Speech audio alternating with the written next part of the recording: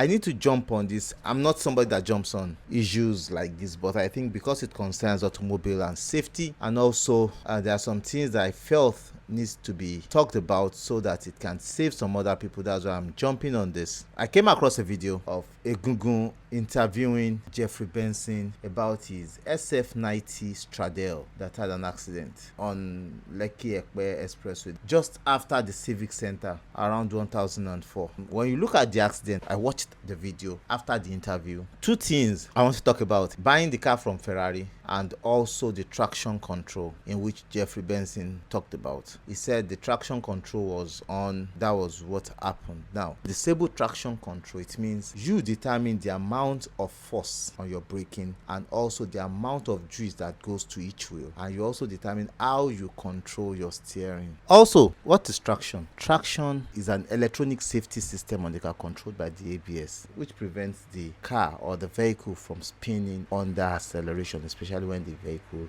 is on the slippery surface. Now, slippery surface, I'll break it down for you. What slippery surface means: it reduces the engine power and also breaks each wheel, so that you have total control. All you need to do is a little bit of braking. So it takes engine braking into consideration, right? So now let me explain to you in a layman's language. Traction control is when you have little control of the car. The major control of the car is electronics, which is powered by the ABS, ESP on some cars, ESC on some cars, TC on some cars, ETC, ETP, depend on the car maker, right? So most of those ETP, ESP, ESC are incorporated into the ABS system. So when you have the ABS system working perfectly, all you just need to do is brake a little. Even before you brake self, the car is already working. It's already checking that there's a wheel spin on this. Why? Because it has ABS sensor, which does not only give the accurate reading of each wheel to correspond with the car, tell the gear to change its ratio. It also works to tell the car that one wheel is spinning haphazardly or something is happening, to compensate for the rest. That's traction control in a layman's word. You can use traction control on mid-sized vehicles like your normal day vehicle when you are stuck in a muddy place or whatever, to just find your way out if possible. Especially when you're using a four-wheel drive, you can just disable it, find your way out, and you need to be at least a professional to be able to guide your car, hold your car very well, and bring it out. If you understand, you understand. Now, when I say the slippery surface is in two ways, let me explain to you. On supercars, before you take your supercar for drifting or for whatever you need to do, the tire needs to be heated up. Tire needs to have a lot of heat in it so that it can be grippy. If the tire does not have a lot of heat in it, it has less grip, because cold tires have less grip, so it slips easily. So when you have hot tires, it has more grip. Your road will not be slippery. When you have hot tires, it won't be slippery. When you have cold tires, no matter how good the asphalt is, it will still be slippery because the tires are cold. These cars put a lot of torque and power into the wheels. Do you understand? So that is for that. Now, when the traction control is disabled, what happens? When it is disabled, it could be like a switch, a knob, or whatever in the center console or the control area of the car.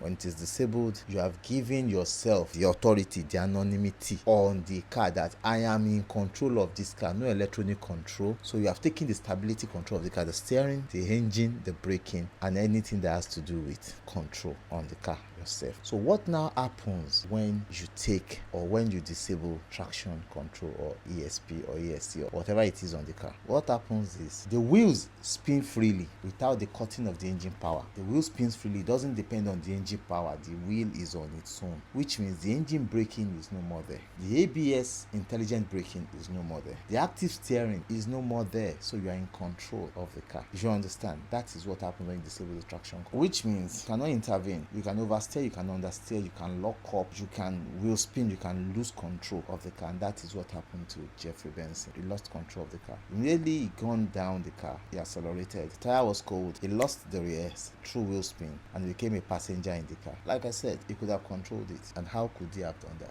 So when you enter into a car, your car that you drove to a place and there was no funny light on the dashboard, and you got into the car and you saw a dragging light, the first thing you should look at is, hold up, is something wrong. When I get into a car and I see that light, if I don't see check engine along with it, or I don't see ABS or brake along with it, and I just see that light, the first thing I go to is go and check, press in that traction control. It might be ESC, it can be TC, it can be ESP, whatever it is, depending on your car model.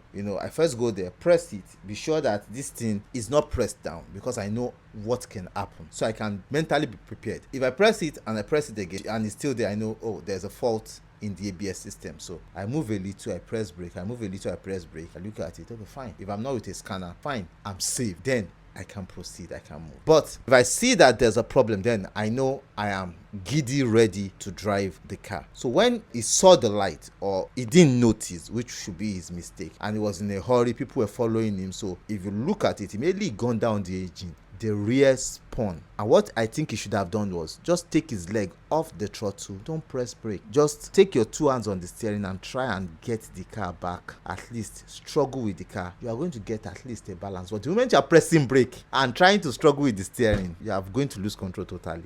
The car will think you are trying to drift. Place in which you are turning the steering to, the car turned the opposite way, because the wheel spin will also drift you at an angle opposite to where it's turning to, and that is it, you've lost it. So that was what happened. He just ran straight into the culvert and he destroys the car. But if he had just taken his leg off at that point from acceleration or braking, because there's no engine braking on the car, just take your leg off and try and control the car, he might have saved the car a little, and that damage will cost him millions. He's going to change the fender, he's going to change the front bumper, some electronic sensors, probably the radiator is busted, he'll change the radiators, the hoses, he'll change the windscreen. He will need a very good panel beater, because there are some places on the A-pillar that are a little bit dented. He has to buy airbags and probably change the front passenger side door, which I think he's going to spend a lot of money. I think that is what he should have done. Take his leg off, try to control the car, and it will stabilize. But one thing he should have done earlier is check all the lights to see that the traction light was not on because somebody pressed it. That was what happened. And for him being asked that, did he buy the Ferrari from Ferrari? I think he bought it from Polanco. I don't know.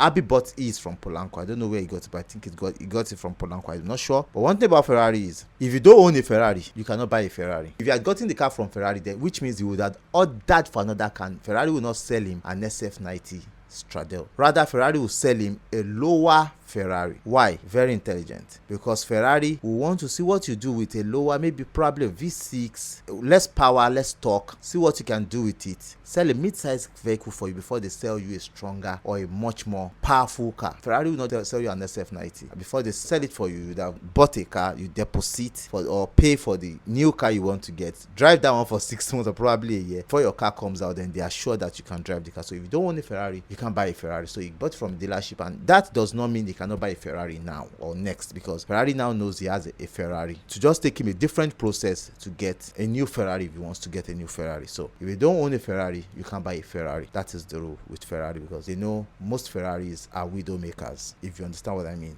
they are widow makers.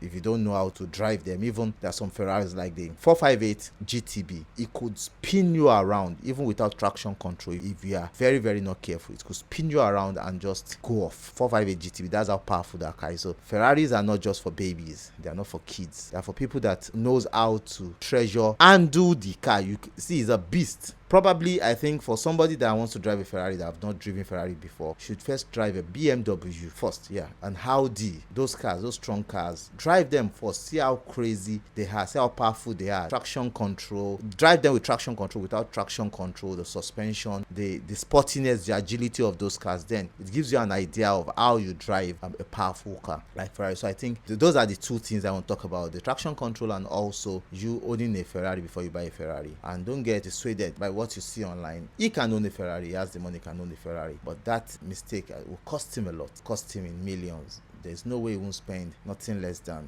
You have to buy tires, and remember, tires for Ferrari, you cannot fix tires in Nigeria. They only fix tires in Europe, and you have to buy the rim and the tire. They fix it, they send it to you. So there's no way he's not going to buy rims and tires, and probably he's going to buy the set. The tires in front and the rims in front are smaller to the ones at the rest, so you have to buy a set probably and change. So there's no way he won't be spending close to, for that repair, he won't be spending close to 150 million.